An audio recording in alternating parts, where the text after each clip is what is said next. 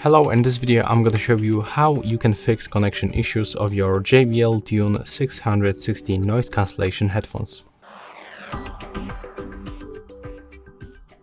So take a look. When I try to connect them with my iPhone, I have this notification that I cannot communicate them with my phone. And I'm going to show you how you can fix it, and also it will be useful for you when you have, for example, the unstable connection between your device and your headphones.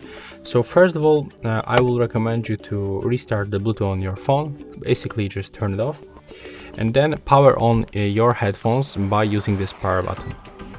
And then we have to focus on these two buttons, the volume up and the volume down button. We are going to click these two buttons together and hold them until this indicator turns off.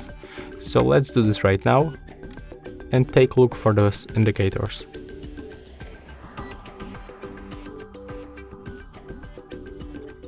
Right now release, and they will power on automatically, and we basically perform the hard reset. So right now when we activate the Bluetooth on our device, we can find this headphones on the list, and let's try to connect with them.